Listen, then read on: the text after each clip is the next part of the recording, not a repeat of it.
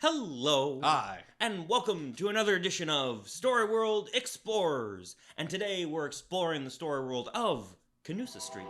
So, Canusa Street's written by Zack Morrison, who we got to meet at the Catalyst Content Festival earlier this month.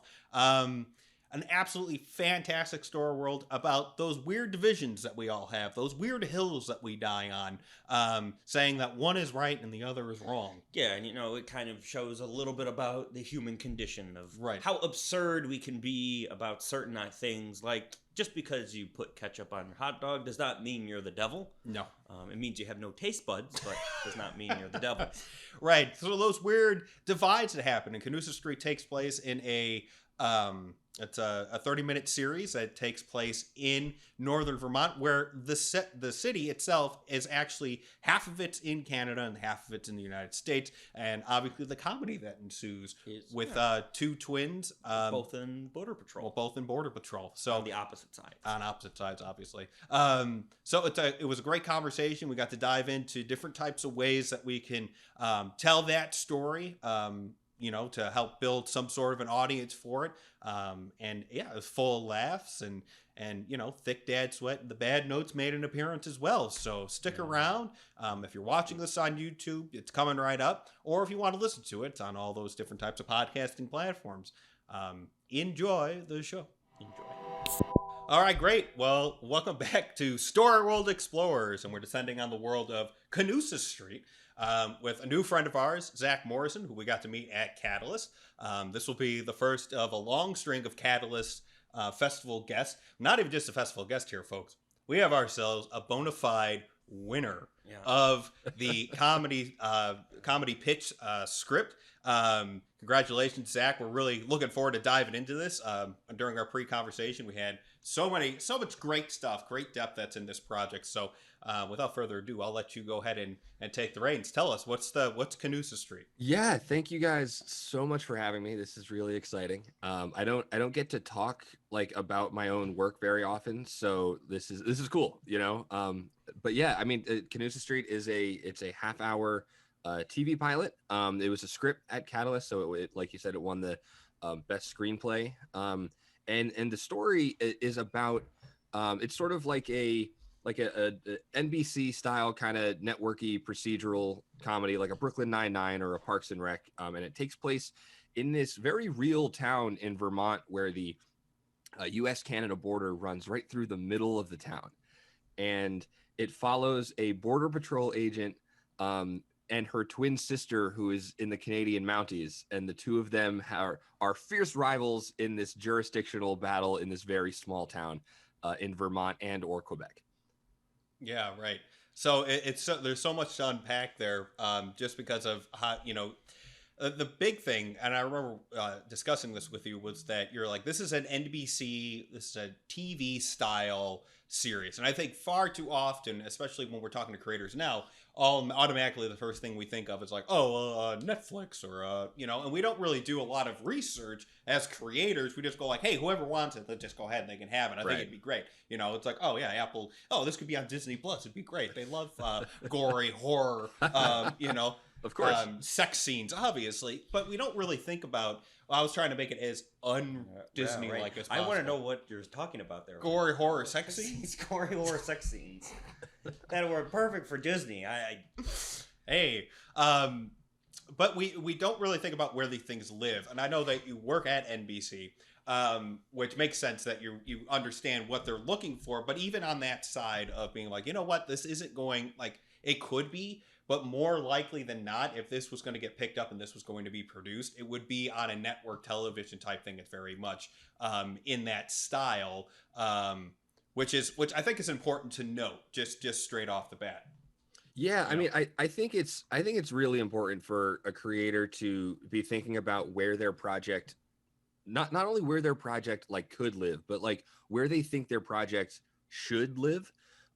Because even if you look at, kind of like you said, the shows on Netflix are very different than the shows on Disney Plus. And right, yeah. And I think when you're trying to go around town and shop your piece, or even just talk about it with other creators,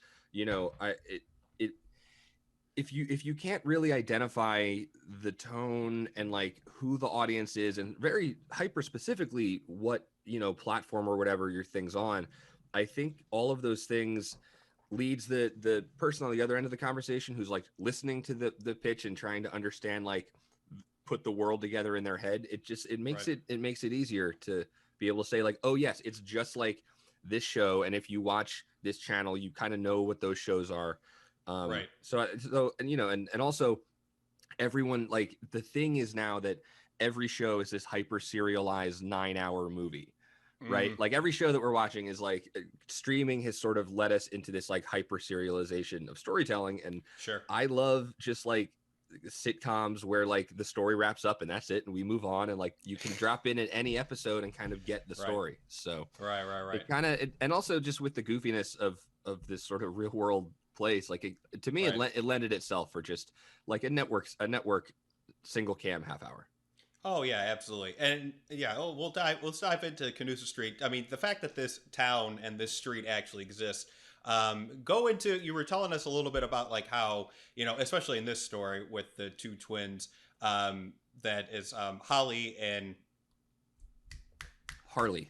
Harley. There we go. I was going to say Heather. I'm like, it's not Heather. Holly and Harley. That the reason why that one's a Mountie and the other is a Border Patrol agent, right, is because the line went right through their house, right? Was that not the case? And it Right. was dictated that one of them had to be Canadian citizen and the other one had to be a United States citizen. Yeah, that's so that those are details that actually are not in the current draft of the pilot, and I'm realizing I need to figure that out. But yeah, but I'm kind of running under the premise that these two twin sisters were born, or dual citizens, and were born in a house right down, you know, the border cuts right through the house, and there are homes in Derby Line, Vermont, and Stansted, Quebec, where houses are bisected by the border. So. In this sort of insanely absurdist version of reality, I think it could be fun if, like, you know, you have to choose like what country. Oh, if this bedroom is on this side, then you're Canadian, you know. Right. But yeah, I think that, you know, the backstory of these two characters is they, you know, they grew up in a house where the dad was in the Canadian Air Force and mom was in the American Air Force, and so they're a military family, and you know, they grew up in a house where service and country are, you know, a top priority, and just sort of the way their paths diverged. You know, Holly stayed home and joined the American Border Patrol in her hometown, and sort of became this sort of, you know, hometown, like that hometown police officer that's like from the town, you know. And I grew up, you know, a lot of people in my hometown are now, who I grew up with, are now police officers, and so like that kind of is a thing, you know. And then Mm-hmm. Harley is sort of the overachieving sister that left home and has like traveled abroad and traveled the world, and has risen up through the ranks a lot higher in the Canadian Mounties than Harley has on the US side. And so in the pilot, you know, Harley kind of comes back to town, where Holly kind of has established this like universe where she's sort of the big fish in a very, very small pond, and everyone knows her name, and she's kind of the hometown hero. And then in the pilot, Harley comes back home and completely upstages her, and Yeah, right. and we're off to the races. Right. Yeah, no, absolutely. And it should be noted too that Holly is the younger of the twins. So obviously there's a little bit of that dynamic going on of being the younger one, and then not the older child, of course, is coming in with all this authority, having once again lived this amazing life and coming back down to crush the world. And you can just see it. I mean, that is like, you could see that being on NBC, just being like, oh, and then later after, you know, this rerun of Parks and Recs, we have Canusa Street, and you know, and you're there, and because it lends itself so well to it. And it's so crazy because when we were talking, you know, you being from New Jersey and then us being from Chicago, that difference that a street makes culturally wise, right? Where all of a sudden, we were joking about how you could be on one side of the street and they call something one thing, one type of food one thing, and then you're on the other side of the street and you start calling it a totally different thing, which is like it's the environmental context to Canusa Street, as we see these sisters kind of duke it out in every episode, just getting in each other's ways, and a whole bunch of craziness ensues. But the base of the town, which is kind of wonky, is that there are so many differences. I mean, very stark differences between Canadian and American. But where that idea kind of came from and why you're so interested in this street in the first place is because of how you kind of grew up and how that was the case, that there were Giants fans on one side of the street and Philly fans on the other side of the street. Yeah, I mean, I live in and I'm from central New Jersey, which, even within New Jersey, there's this like North Jersey is very much sort of this cultural, suburb of New York City. South Jersey is very much this strong cultural suburb of Philly. And even within the state of New Jersey, both sides attempt to claim central New Jersey as their own part of the state. And it's like the validity of, is central Jersey even a place, is like a big discussion. but I'm from there, so I think it is. And I live like you said, I live kind of right in that like bleed through zone where, you like, I mean, the kind of bad example is that Giants fans are on one side of the street and Eagles fans are on the other. And there are those things like Yankees, Phillies, and all this stuff. But even on like a deeper level, there's, you're on one town north from me, you kind of get that Tony Soprano, hey, New York, New Jersey, hey, gabagool, you get that thing. And then you go a little bit like one town south, and now you're in Philly, and it's like, oh, South Jersey, let's go get a hoagie from Wawa, get some water ice, you get like that thing. And yeah, like even food is different. Like what do you call the long sandwich that you put a lot of like meat and cheese on? That's like sort of a, yeah, right. We call that a sub. That's a sub. Yeah, I call that a sub too. But you go like a town south from me, and they start calling it a hoagie. Or what are those little like candy things that you put on ice cream? Right, sprinkles. Yeah, I call them sprinkles, but you go a town south and they're jimmies. Right. Yeah, so just like there's those weird little things. And New Jersey has its own breakfast meat that you can't get anywhere else in the country, and the two sides can't even agree on what that's called. North Jersey calls it Taylor ham, and South Jersey calls it pork roll. And it's like disgusting, but it's great. It's like our disgusting greatness. And so like I grew up around all of that, like constantly, and then there's like the political divides. Like my town is very much, 50 years ago, it was a farm town. And so I think a lot of people still think it's sort of like culturally this farm town, but also we're so close to the Northeast Corridor line. We're so close to the city that like there's this even weird like political conservative divide in my town and in my family, So like I grew up around, like my entire life has always been like right on like the line between two very stark cultural differences, whether it's sports or politics or music or or whatever it is. Like a town, one direction for me is John Bon Jovi's hometown, and another direction for me, one town over, is Bruce Springsteen's hometown. And so like even just like who's the New Jersey guy, like pick your side,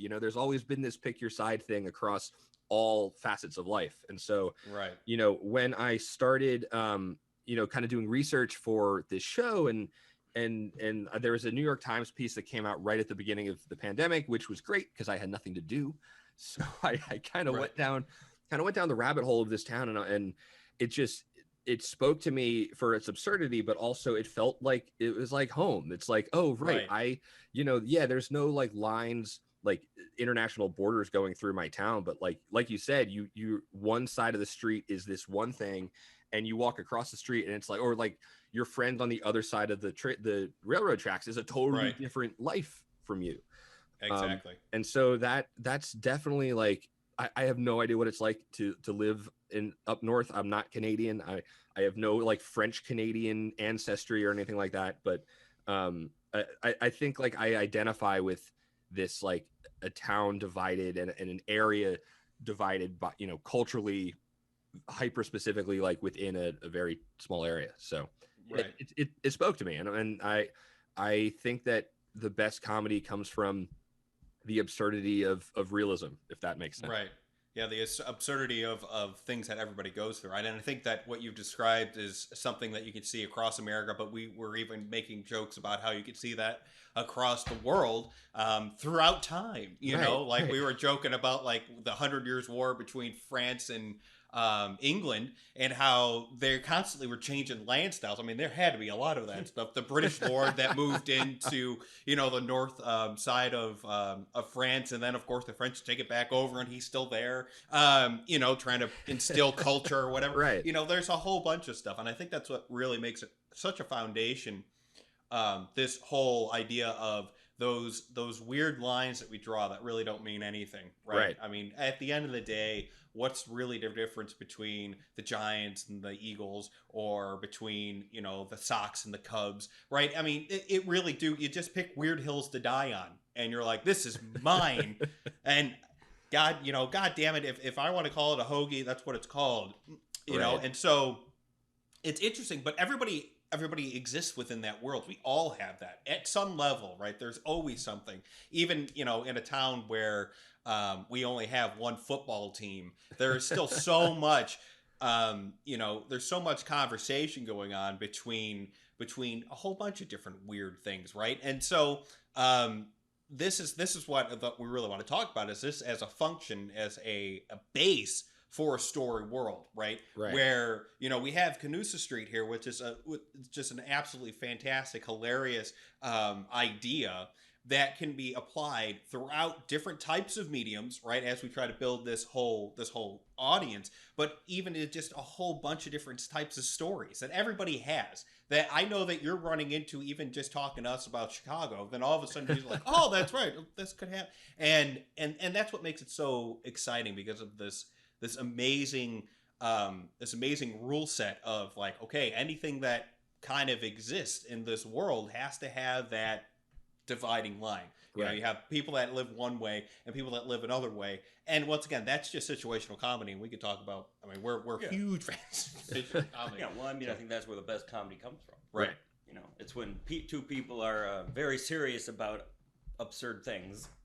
Yeah. That's hilarious. I mean, I'm running into, like, especially you know, as I've been writing other scripts and kind of working on other stuff, I'm running into that on the, like, the generational divide. I'm 29, you know, like we're all millennials, you know, but my sister, who's 21 and in a senior in college, she's technically Gen Z, right? Like, I think that dividing line is like, you were a 90s, 80s, 90s babies. You were old enough to remember 9/11, but you weren't like an adult at that point. Right. And if kids were too young to remember or weren't born yet, then they're Gen Z. I think that's like, you know, whatever the divide is, or it's like you grew up there. There are people that are far more intelligent than us are arguing about where that line starts. Right, and even that, it's like where's the hill on like what defines Gen Z versus a millennial or a Gen Y, and you know, I'm working on or like trying to put jokes into scripts, or like you know, writing a character who's you know, this or that, and it's, you know, it's like, oh, like there was that weird debate over, like, I think Gen Z has said, side parts are not a thing anymore. Now, like, it's a middle hair part is a trend, you know, and it's millennials and Gen Y, like, kind of their hair like from the side, and like those little things, or you know, like everyone's like, oh, you have to get on TikTok, you got to do TikTok, and I still, like, I use Facebook and Instagram as my two things, and apparently, like, Gen Z is like, oh, we don't tweet, we don't Instagram, like, it's all TikTok and Snapchat, which I do not understand. Right. So it's like, even those things like that aren't geographical divides, but like social divides over, and like which is the social media platform that your entire community uses, you know, like those things too. There's so many of those, like, hills to die on that do not matter. Like, it doesn't, it just doesn't matter, you know, but for whatever reason, like, we as people, we need that, like, flag or that team to be on for whatever reason. And it's funny, like, if you kind of zoom out from those debates, like, it's just hilarious. Yeah, right. And to embrace it too, I hear, right? It's like, if especially in like in some sort of a comedic way, just being like, oh, and this just goes like, everybody says you have to be on TikTok and everything. And, you and I are the same age, but Jack is on that weird dividing line where they say like, oh, 95. Oh, he might be Gen Z. He might still be a millennial. And so it's just so weird because it's the comedy of it, of being like sticking to your guns, and like it's like, I am not going on TikTok. No, not happening. It's not happening. TikTok. TikTok. Sorry. TikTok. He's not going on TikTok. What are you talking about? You go to Walgreens and order some Tic Tacs? What do you want? Oh, don't you mean a Tic Tac? Those candies you carry around in your pocket. Yeah. They rattle around. They're a lot of fun. I remember in my day, the Tic Tac dance. those were both a rattle and a good treat. Used to make them like they were fake pills. But like those weird hills to die on of being like, what was that? Now he has real pills. Now we have real pills, right? That make you feel good. But like even just like, and that's such an interesting thing too, because the way that I was thinking about it was very much like a physical divide, right? Like where like it'd have to take, but there are the digital divides as well. Yeah, right. And also, we have to think about, I mean, how many different hills people tend to die on. We talk about, the current political and socio divides that everybody's like, oh, well, you said this, so now you're a bad person, you should die. Right. And it's like, well, you know what? We agree on 99% of things, but we can't be a part of the same group because we disagree on one thing. And I think that's also, something that this kind of world can be like, hey, you know what? Is here we have these people that are basically, we all can tell you that a border dividing two people's towns is like, well, I can't be friends with you because you're on that side of the border is dumb. But yet we do stupid things like that all the time. And people, I mean, you could ask 99% of people, it's like, should two people that, if I'm a Sox fan and he's a Cubs fan, or you call it a sub and you call it a hoagie, can we be friends? And people be like, yeah, you can be friends, but I don't want to be his friend. But, and we do the same thing with political ideas and with different social things. It's like, if I don't agree with you, we can't be on the same team. And it's like, well, that's really that's a terrible idea for discourse. Yeah, it's a good point. It's a good point because, one of the great things that entertainment does, and I think more creators have to think about it, is kind of that positive impact that you could have, whether that's like an environmental impact or that's a social impact, raising up like an awareness of something that's going on. And comedy does it absolutely brilliantly. And here we have Canusa Street, which Jack just kind of like, meandered his way over to being like, well, at the end of the day, if we can start to prove to people that these two worlds can coexist, even though we do have these differences, and even though we do have fun joshing of going like, like, damn the Packers, like they could all burn in hell for all I care, right? But like playful joshing back and forth, right? I mean, if you can have that and still respect each other, I mean, I think that's the goal that we can really start to focus on. I mean, that's what I think is the kind of beautifully charming part about this town is that, like it wasn't until I think it was 9/11 when they started actually like building border crossings and like checkpoint stations and all that stuff in this, like prior for like the 300, 400 years, whatever, that this town and this village existed. It was them. Like they didn't have this like, oh, we're American, we're Canadian, we're French, we're English, whatever it is. It's just, we're the people from here, and this community kind of existed. And the joke was like 200 years ago, the surveyors like were drunk and fucked up and like just got the border wrong, so like it's been the inside joke of this town that's like, they're like, I don't know what country we're in.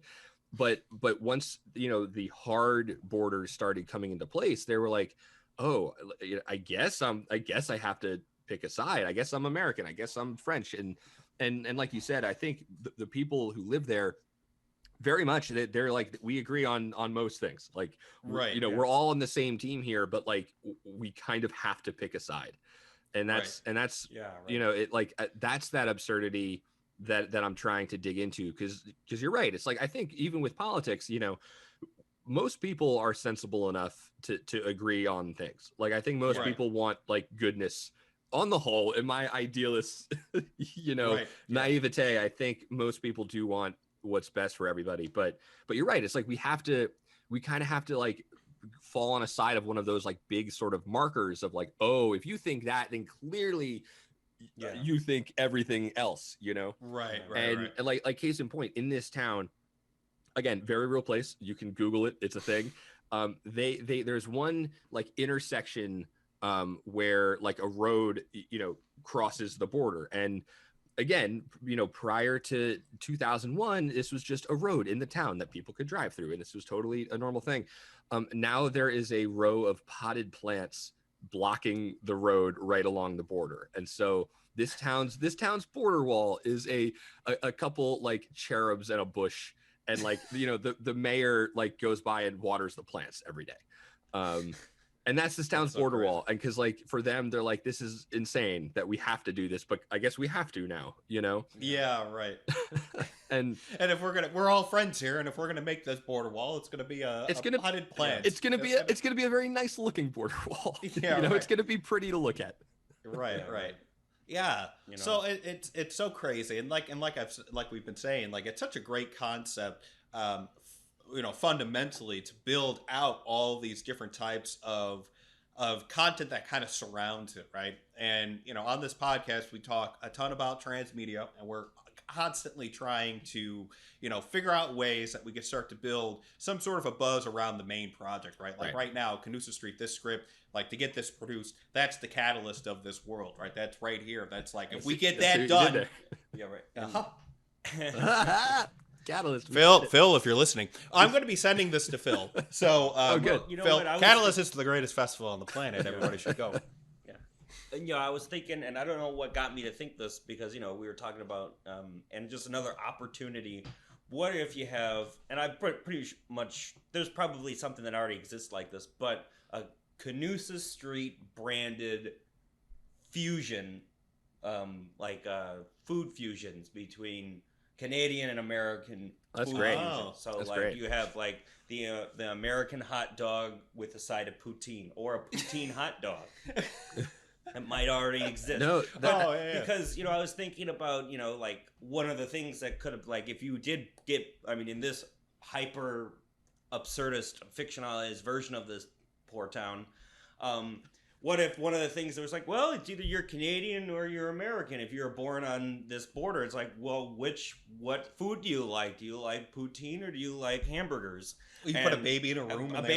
And whichever one it crawls to, that's what it is. Right. And it's like, and now you can't like poutine at all. It has to be gross. Yeah, it's outlawed. Like there's you know, there's like signs on there's like the poutine shop like right on one side of the border, and then like two roads down there's a bunch of like protesters like, poutine is terrible, we can't have it. And then there's one guy that like has to sneak over in the dead of night, like when the shop's closing, because he really loves it, but he doesn't want anyone to see that he like loves the There's and you know, maybe there's I just came up with a underground tunnel. I just came up with a chant. 1, 2, 3, 4. We eat our fries without a fork.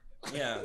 Yeah, there's like a whole underground community of people. Yeah, like a speakeasy. A speakeasy for poutine on the American side. It's great. Yeah, right. Oh, it and is like playing, and they have patches too. Yeah, like French, they have like, you know, like markers or something like that. French, like and there's and it's like, I don't know, French Canadian jazz music underneath. Yeah, and they on as they're like chugging gravy. They only serve a Crown Royal in this in the speakeasy, you know. Yeah, of course. Yeah, right. Exactly.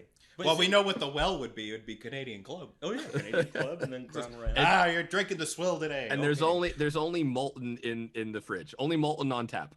Yeah, right. Exactly. Well, that's hilarious because it's like the whole like fusion thing. One of the ideas that we had came up with right after we hung up with you after the pre-conversation was like the guide to living in this area, right? It's like, if you're on this street, this is what you should call, you know, a sandwich, right? And that's just something really easy, stupid, goofy that you could make as a PDF, you know, and just be like, especially for Jersey, because it's like, if you're in central Jersey, it's like, hey, here you go. So once you cross this street and then you just flip.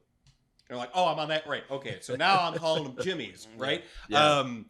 which would be another really, really fun thing that I think that in reality you can make that so that it's like, you know, you could do a whole bunch of different, like we could help you with the Chicago one, and then you could go to like all around the world and make these weird like little guides. Yeah. Where you can start to like, it's all about fundamentally building up that audience to expect Canusa Street, right? Oh, and to be like, you know what, we're making this that's highlighting this absurd town that everybody lives in, right? Yeah. We can, it's just hyper absurd, right? It's like in your face. Everybody lives in it. We all tiptoe around it.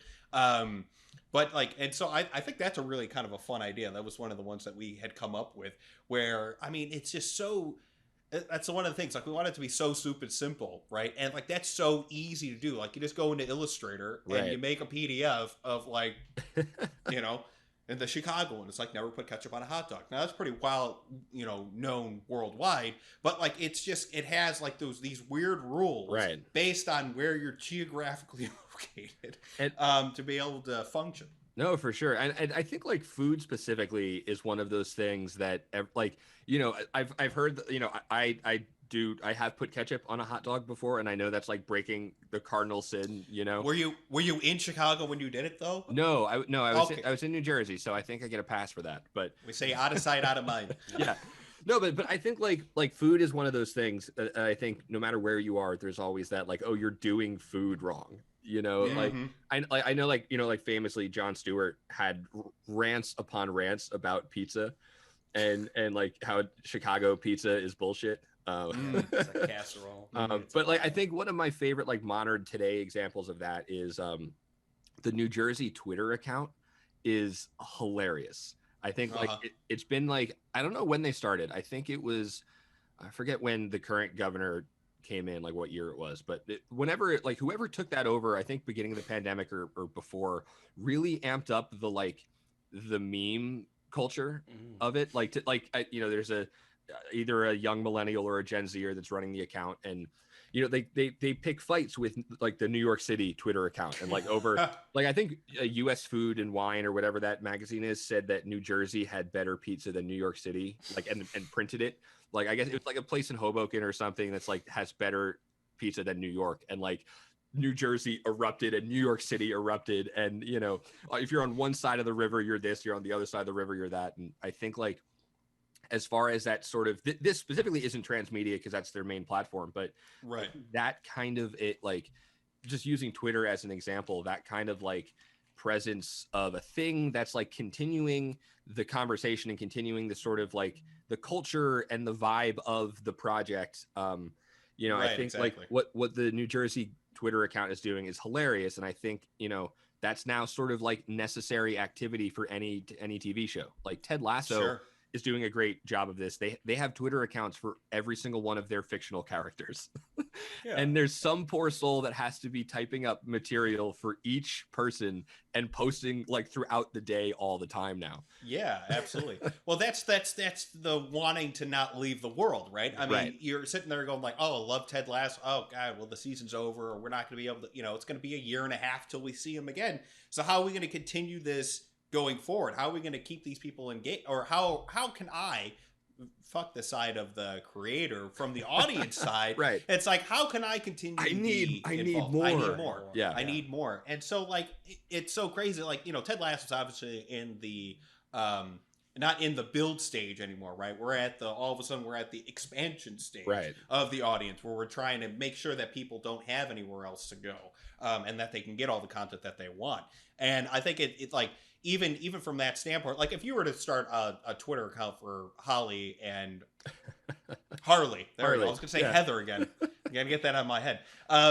Right? Like everybody be like, nobody cares. Like, who are these people? I don't know who these people are, right? But the idea is that could be something that comes up after. And even just from the standpoint of knowing when these types of interesting disputes happen, where you know that there's automatically a shift, like where, you know, just going back to Chicago, like if, you know, Giordano's or something like that, right? One of them gets ranked up higher than the other one, and you know that there's a conflict because people are very like, you know, like, oh, well, I like Unos, I like Pequods, I like, you know, Giordano's, I like Illuminati's, right? And there are those kind of divides of knowing when that is, and you just going like, oh, I'll just spend some time on the internet, find out when these conflicts arise, and make that your Twitter account, and just be like, and hey, did you know about this, right? Where people could go to find these weird things that make us all, what we can all identify with, right? That it's just like, hey, did you know that the New Jersey pizza being ranked higher than the New York City pizza? Like, that's hilarious.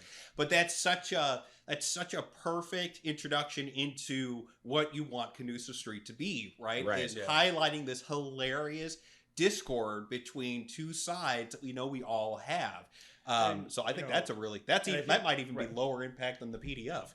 Right, and I think also it's good because what you're essentially trying to do is you're trying to humorize these things that we all hold so dear to us, right? Like, and I think that is exactly what society needs. Like, we need more.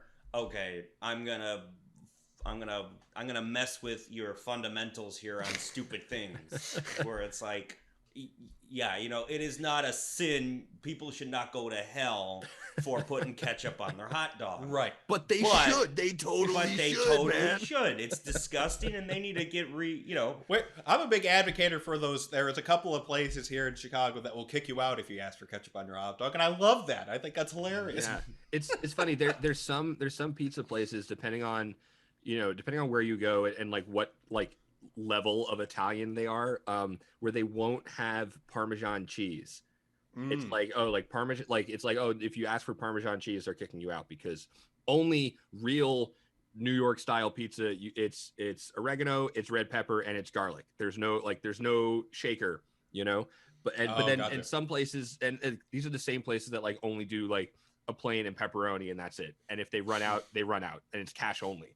And so it's just like places. It's like, oh, you really found, you are gonna have good pizza in the New York area if the place that you're at has it's cash only and there's no Parmesan cheese. That's how you found like a good joint. Absolutely. But it's like those things that I think are hilarious, and I want to turn the mirror on ourselves, because there's like the very real intense things that divide us that are like fueling the kind of everyday conversation now. But I'm waiting for a show, and that's kind of why I want this show to get made. Like, I'm waiting for a show that's gonna make everyone kind of stop and think like, all right, really, do you really think someone's going to hell for putting ketchup on a hot dog? Like, right. Like, take a deep breath. Right. Because I think that's like, even the best science fiction, that's why I grew up watching Star Trek, Stargate, all the stars, Battlestar, like all of like the best sci-fi, in my opinion, are the shows that can take like a very real, like intense conversation, but like once you put it in space and you add aliens, it's like okay now to talk about. Right.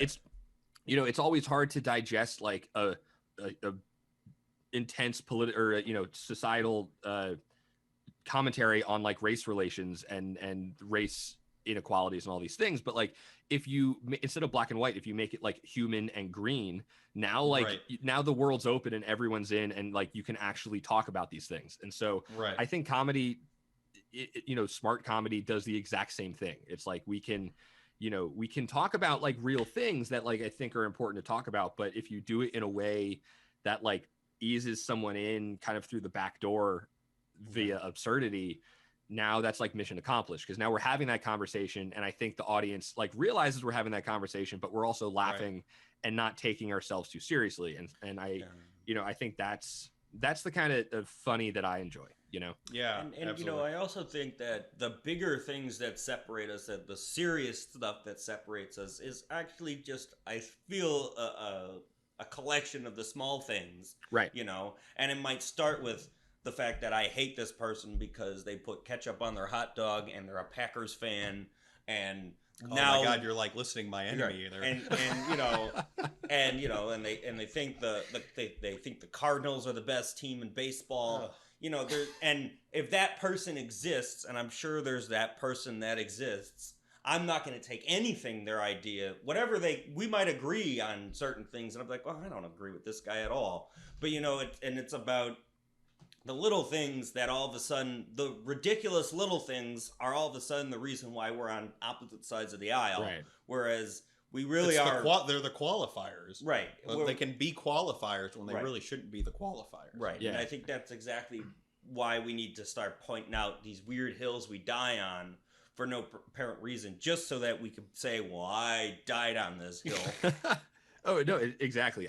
One of my favorite comedians, Chris Gethard, does a bit on this, and I'm gonna butcher it, but like the basic premise is like within New Jersey specifically, the cultural divides and like those little micro hills we die on are so strong. It's like, you know, if you two guys in New Jersey are like at a bar and like one guy's from North Jersey, one guy's from South Jersey, they're gonna kick each other's ass. You know, like they're like the fiercest enemies. Oh, you're from like what exit are you, man? Are you north of like exit 140? Man, you're too far north. Like fuck you, you know.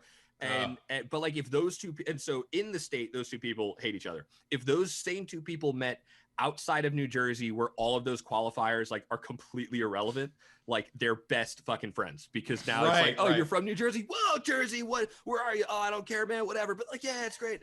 And I think like what I love about that joke, and he's done a whole album on New Jersey jokes, which for me is just like wonderful, you know.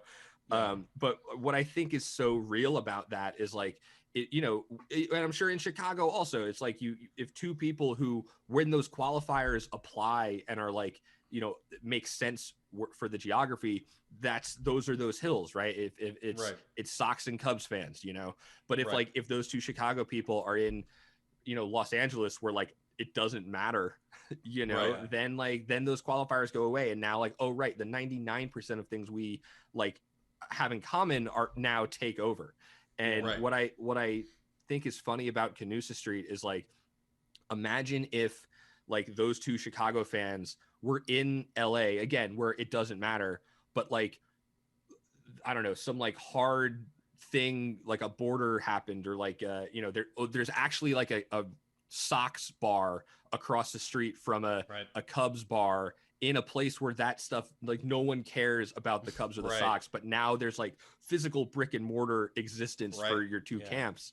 Like that's, I think what the border has done for this town is like, it's like imposing restrictions on a place that like, that's the last place and the last thing that these people needed, because those divides did not exist prior to the physical divide forcing them into existence.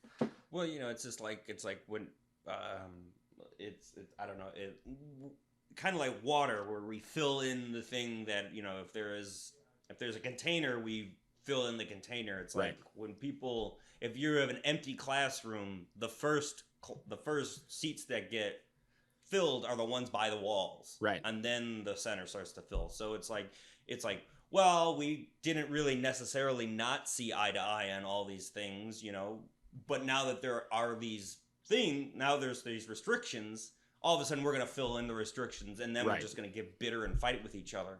And I think that's exactly kind of what, you know, that's another mechanism that, you know, Canusa Street can really poke fun at and really say, hey, you know what, it's because of these rules that we don't like each other. It's because of these things that are just heightening up the differences, where in fact we're still all the same town. We just have a potted plant border wall now. And it's so interesting too. I mean, when you said that the two Chicago guys in LA, I immediately figured that they were going to band together and hate LA. Like that's literally where my mind went. Because you're looking for some sort of commonality, right? It's like, oh, you think the way that I think. Okay, great. You know, and I think that we can really start to push that in an entertaining way, and have those conversations happen, because we're developing a very polarized society on so many things that we really do need to be able to come back and be like, all right, this is all stupid. This is all just supposed to be jokes. So I'm curious, Zach, have you thought of any other types of iterations that this can kind of exist in? I mean, we gave like kind of the example of some sort of like the guides, even you just scouring the internet and finding, you know, like these weird nuances where people are up in arms on it, and just like, you know, like, and blogs are so bloggy, but like just trying to come up with some sort of mechanism to be like, hey, did you know this was going on? I'm monitoring the story. And immediately jaywalking came to mind, where you would just be out there just like does it really matter if I had ketchup on my hot dog, and then you just put the ketchup on your hot dog and eat it and be like, do I change to you? Did I just turn into a monster?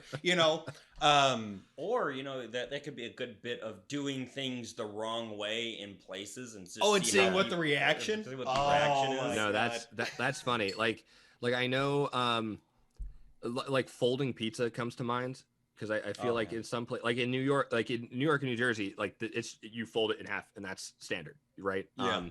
But I know there are some places where it's more of like a fork and knife situation, and and I can imagine just like someone going to like a Chicago pizza joint and like attempting to fold it in half because they're from New York, and it's like, oh, this is what you do with pizza, you fold it in half. Could you imagine a deep dish pizza trying to fold it in half?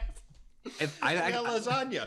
I've had like legitimate debates with people over this. Bagels, right? Do you eat your bagel like, is it a sandwich, like the two halves with like the cream cheese or the lox or whatever in the middle, or do you eat it open faced like a Yeah, we eat it open for the most part, open faced. Yeah, see, for me, like I grew up like closed face, like sandwich style, but friends of mine from Long Island, they're like, how dare you? Like, how dare you eat it like a sandwich? It is a bagel, it is not a sandwich. And like those things, just like people lose their absolute minds over. See, that's hilarious, because then that's like, those are like little shorts, and that's just so hilarious, of just doing something purposely wrong to see like what reaction you would get. Yeah. I mean, that's such a stupid, easy idea that you could just do like a couple of them in a day, just to see like what people's like, because you see those shorts all the time, where you just see like the people just stop and stare.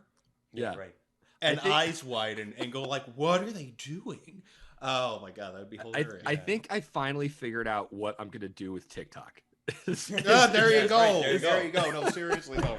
Because I feel like I've been struggling, because I come from very much like a sketch, kind of background, where like, a piece of material is like 3 minutes and it's scripted and there's characters and it lives on YouTube, and that's like right. Like Andy Samberg digital shorts, like that has sort of set the bar for like growing up. Oh, that is what I want to do. I want to be a comedy filmmaker, and that is the medium. And now like no one does, like YouTube is not the place for comedy right now, because there everyone wants like front facing, no layers of script and character and filters between the person whose face it is and the audience.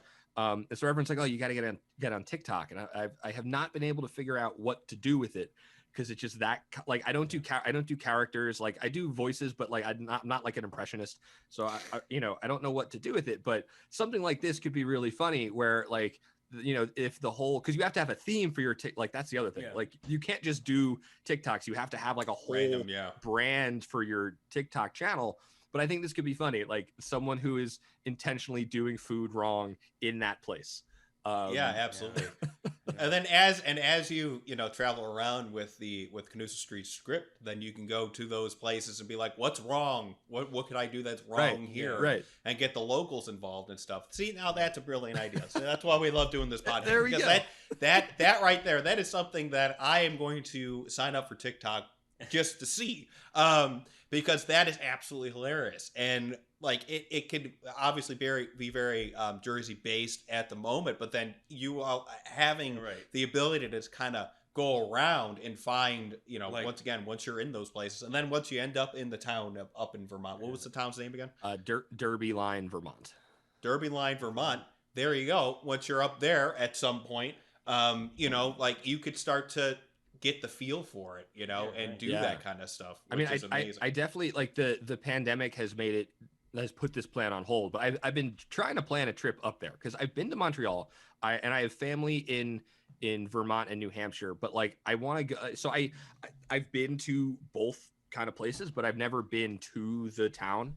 But I've been waiting, because the borders have been closed, so I've been waiting for a time, and I think they're either open now or they're going to, or whatever the restrictions are for like general purpose travel.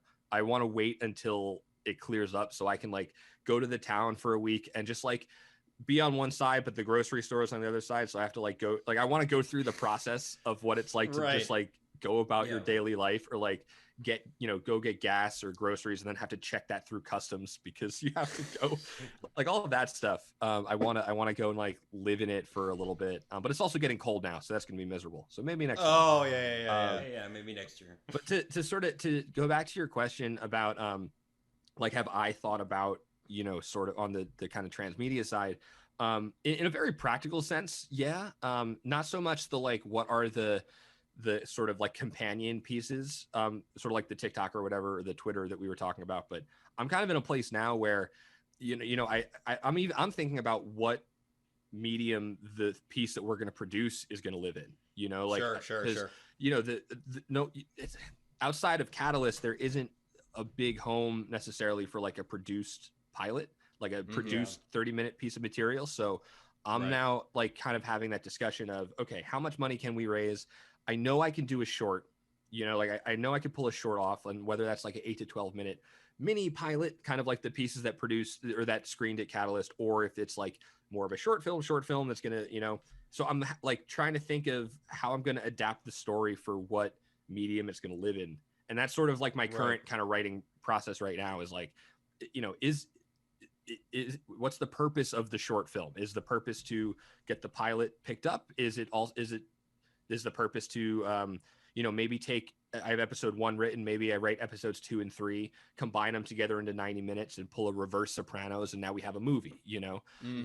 So it like, I'm on a very like surface level kind of broad sense, that's that like adaptation of the story into the proper medium is sort of the conversation I'm having with myself right now. Which is interesting, you know? Yeah, no, it's such a struggle. And I remember while we were in Catalyst, I don't know how we got in Catalyst, but while we were in Duluth, you know, you were talking about possibly shooting the short there, kind of like a proof of concept, to get people interested in the story and everything. And it's such a interesting, tricky line that we all kind of walk on, because here we are as creative thinking our idea, like, this is a great idea. Like, and if only you could see it, you know, if only you like, if you didn't like, you know, if I understand you're not going to read the, you know, the 30 page script, like, because that takes a long time. Like, we just need to grab somebody with some sort of finazzle dazzle to get people to see it. And it's such a tough line to walk, because, you know, we want to be creating stuff, and the last thing that we want to do is be sitting on a script just hoping that, you know, it gets into a festival, somebody sees it and then picks it up. And that's why I really like the idea of transmedia, because we could do silly, stupid stuff like the TikTok thing and start to build some sort of awareness and be like, look, you know what? I don't have 1 million people that want to see Canusa Street, but I do have 100 people that are fanatics about it. Like, these people, like, I asked them to, you know, go to Comic-Con dressed up as Holly. They're going to go, right? Now, I don't know why they're going to Comic-Con or anything, or some sort of convention, or they're going to, like they're, you know, 10 Hollies and are going to go and protest in front of the White House. You know, like, whatever. Like, that's the kind of power I have over these small amount of people. That allows us to then continue to work on our projects, work on our world, while we wait for something to get picked up. Now, on the other side, too, because Jack and I are planning on shooting a proof of concept that was supposed to be shot in 2019, of course, and that all went to hell. A little problem. So, oh, man, jeez. The funniest thing happened at the beginning of 2020. It's crazy. Yeah, no, it was terrible. The funny little thing. Little thing. But, like, we were planning on shooting that as a proof of concept. But, like, for us, like, that idea, that script, we've talked to a couple producers at Catalyst, and we've told them about it, and we always get, like, the same feedback. It's the same eye roll everybody gives you when you have one of those things that you're like, well, you know what, it's like it's a project where people are like, I think that's been done before, and I'm like, it really hasn't. But to us, it doesn't really matter if that ever gets picked up. It's a very close and personal project to us that we want to see get done. You know, But so we're as creatives, just to circle back, we're in this weird realm where now all of a sudden you're going, like, should it be a 90-minute, you know, introduction to this that could eventually then become a sitcom, or eventually become something else? What's going to sell faster? What's going to sell Right. better? What can I raise money for right now? Hell, I mean, even when you were like, what kind of medium? All of a sudden, I was like, why isn't it an animation? It could be an animation too. Like it could be an adult animation. Yeah. That could be produced. So we're in this weird kind of way where obviously, like, you know, if you end up shooting in Duluth, we're going to come up, you know, just because you know we have to be there. But it's so difficult, and that's why, like, you know, once again, just circling back around with the transmedia stuff, like that TikTok thing is something that you can do right now. You can hang up and just be like, and I'm going to go out and I know exactly the first one I'm going to do, to be able to live in this world. But it's such a tough place. It's such a tough place to be. I mean, it's also, it's a good problem to be having, because, you know, like now we have these like cameras that are in our pocket that can, you know, produce material. Like, you know, I think Apple's lying to us. Like, I don't think Hollywood movies are ever gonna shoot on an iPhone. But I think like your standard kind of online content creator, I think everyone has all the tools they need now for the most part. Yeah. You know, like to go do something. And that was a lesson I learned when I was like interning at the Tonight Show, as like the writer's PA. You know, I cause it's a lot of like lunch and coffee and those kind of runs for the writers. But, you know, you do like a lot, you spend 12 weeks, 15 weeks doing favors for everybody. Eventually someone's going to have a conversation with you, you know, and that was the advice that I got, was like, cause I was like, hey, like, how do I do this? How do I like break in or whatever? And I was like, oh, should I do stand up? Is that the way in? And I'm not a stand up comedian, you know? And first thing every single one of them said was like, why would you do stand up? You can make your material. Like, you have the power, you know how to do a camera, you know how to direct, you know how to like produce short form content. Why don't even bother with stand up, because you can go make it, you know, like a lot of times people, you know, comedians do stand up. I mean, outside of they like it and they enjoy it, but like sometimes that's the only venue that some people have for their material. So they kind of gravitate towards that. But they were like, you're a filmmaker. You don't need to do the stand-up route, because you can go and shoot your stuff and put it up on YouTube tomorrow. Right. And that was the same advice that my freshman year in college, Spike Lee came to talk to us. And that was the exact thing he said. Someone was like, hey, Spike, how do I be a filmmaker? And he was like, you know, go to Best Buy, spend $100 on a camera, go shoot something and put it up on YouTube tomorrow. And that was his advice. And I just think, like, you know, now more than ever, I feel like a lot of times creators are sort of like, you know, they have their line or their number picked at the deli and they're just kind of waiting, you know, and they're just like waiting for their number to be called. And it's like, yeah, on like the macro end, like, sure, you know, you have to be prepared for if your script gets in front of the right eyeballs, you know, but I don't think, like, today in 2021, we're not going to have like a Clerks or a Good Will Hunting situation where, you know, like the biggest, you know, producers in the country are like going to roll the dice on like some indie, no budget darling, you know? Oh my goodness. And so now it's like, we gotta get that on a megaphone. Yeah, it's like now, like you kind of have to sort of be pushing your own stuff forward and making your own material, and also like preparing the big stuff. And so that's where, like, Canusa Street for me, this is the first time I think ever that I've been in a place where like I'm seriously like having conversations about like we could potentially shoot an independent feature. Like, this is the first time I've ever been like ready to like do the big thing, you know, growing up, like I always wanted to be a filmmaker. That was always I have like pictures when I was like a child with like cameras and stuff, you know, like it's always been my thing. But up until now, even through college, even through grad school, it's always been a short form focus. It's always this kind of like imposter syndrome of like, oh, I'm not ready. You know, I'm not ready for the big thing. I have to do shorts. Like I got to do a short film, got to do another short film. And, you know, my last short, my MFA thesis, it was a musical and it won an Emmy. And it was like, it was like, this is the most you can really do with a short film. You know, it's like, now what's next? Like, you have to do the big project. And even like college professors, like, you know, I want to teach at some point. And my directing professor at Rutgers is like, you haven't done a feature yet. Why do you want to teach? You have to go do your thing. And I think like now is the sort of the catalyst of of the Duluth. Are you listening, Phil? Like Duluth was sort of the catalyst that has now allowed this project to like really become a thing, you know. And I was going to put Canusa Street to bed in the beginning of the year, you know, like I wrote it in 2020. It was my quarantine like survival script project, you know, and we did a table read and it was fun. And I mean, it was a Zoom table read, so it was a little weird, but you know, we did it, and I like submitted it to things and like the competitions and whatever, and it got a little bit of play, but nothing real, you know. And then so all of 2021, I was like, all right, I gotta find what's the script, what's the big, you know, it's time to do it. What is it going to be?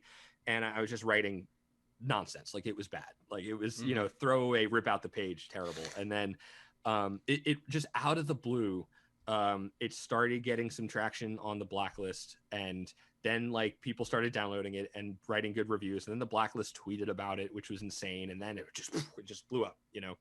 And then the Duluth Festival happened, and so it has now like kind of circled back around to the script that I thought was fun but it was just a me thing and is going away. And maybe it would have been a staffing sample if like rooms were really like, you know, again, looking for like undiscovered writers at the time, which they're still not really doing. But now it's like, oh, now that I have this piece that like, I no longer need to wait for my number to be called at the deli. Because I'm going to go like, you know, I don't know how that analogy translates, but I'm gonna go do my thing now. I'm gonna cut the line. I'm gonna go jump. I'm gonna open up my own deli. Yeah, it's like I'm gonna open up a cheese shop, or I'm gonna go like become a butcher. Like I wasn't sure where that was going. So no, you're jumping behind the counter. We were there with you. Yeah, and we know so exactly the feeling too. I think that this is the reason why we do this podcast is legitimately to, you know, try to get to turn the heads away from that one piece of content that has to work and start to think about how can we supplement that, support it and support it and build on it. So I mean, you know, just even, you know, like you said, like you got like you don't want to keep on doing the small ball stuff, as we used to say, right? You don't want to play small ball all the time. And you know what? But even I would even say like producing an indie feature film would still be like some sort of small ball if the goal is to get it as a series and get it picked up and serialized and everything. And I was thinking, because, you know, we're talking about all these divides and things, and I was thinking, you know, what if there was like, you could do a podcast, but it could be like kind of like a new age version of a news show, but it'd be like the Canadian loudmouth and the American. So you have two separate ones, and they both interview people from the town, and like, oh, you know, that's just the worst thing you could possibly do. Not put gravy on your French fries. I just don't know how you do that. You know, that would be hilarious. And you heighten up the insanity. It's like they call their border patrol, not Mounties. Like, what the hell's a Mountie? Right. It sounds vaguely sexual. I don't know about you. It sounds vaguely sexual. Oh, there are at least like 5 Mountie based sex jokes in my pilot. Just because. And you know, that's something, and I think that's something that could be, you know, rather outrageous, and, you know, kind of mimics the whole, you know, MSNBC Fox like a point counterpoint, or a a meet the press kind of a thing.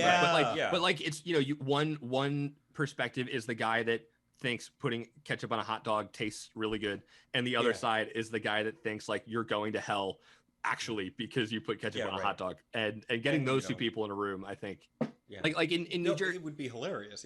In New Jersey, you know, like the big one is pork roll and Taylor ham. Again, you have no idea what it is, don't worry. It's like if Spam, spiced bologna, and like Canadian bacon all had like a 3-way. That's kind of what this breakfast meat substance is.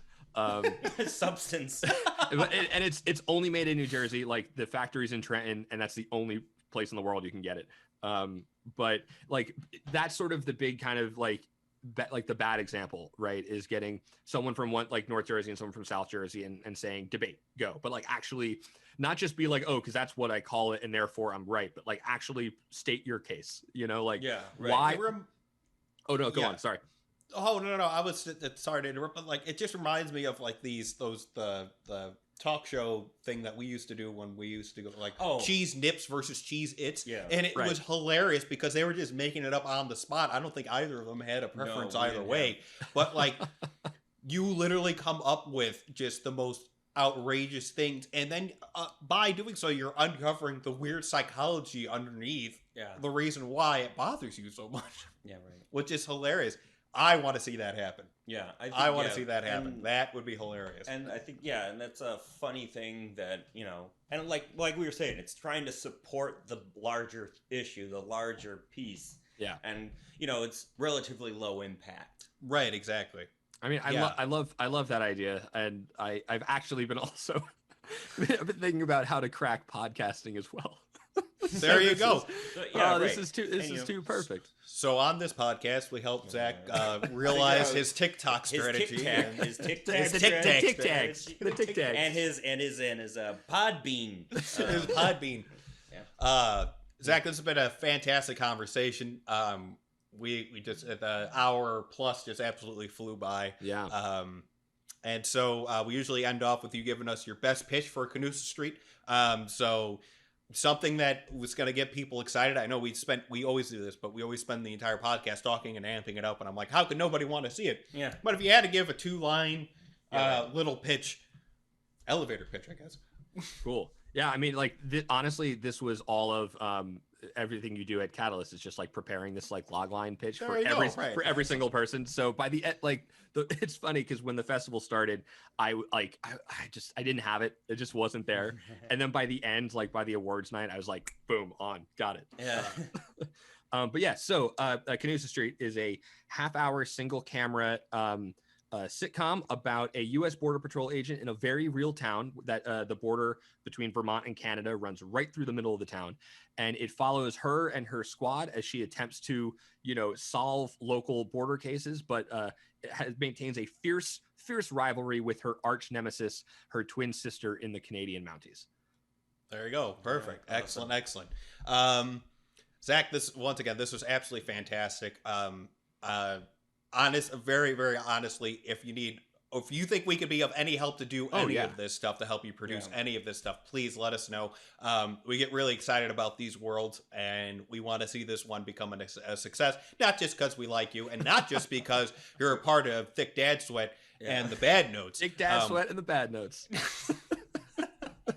Which is happening. Which, by the way, I mean, if I'm going to do this album art, I want you with this mustache. Before with the beard. No, you gotta be Ted Lassoing it up a little bit. I still got to work on that, and we got to get more of the Bad Notes on on the podcast. on the podcast. It's of course. Oh no! Of course.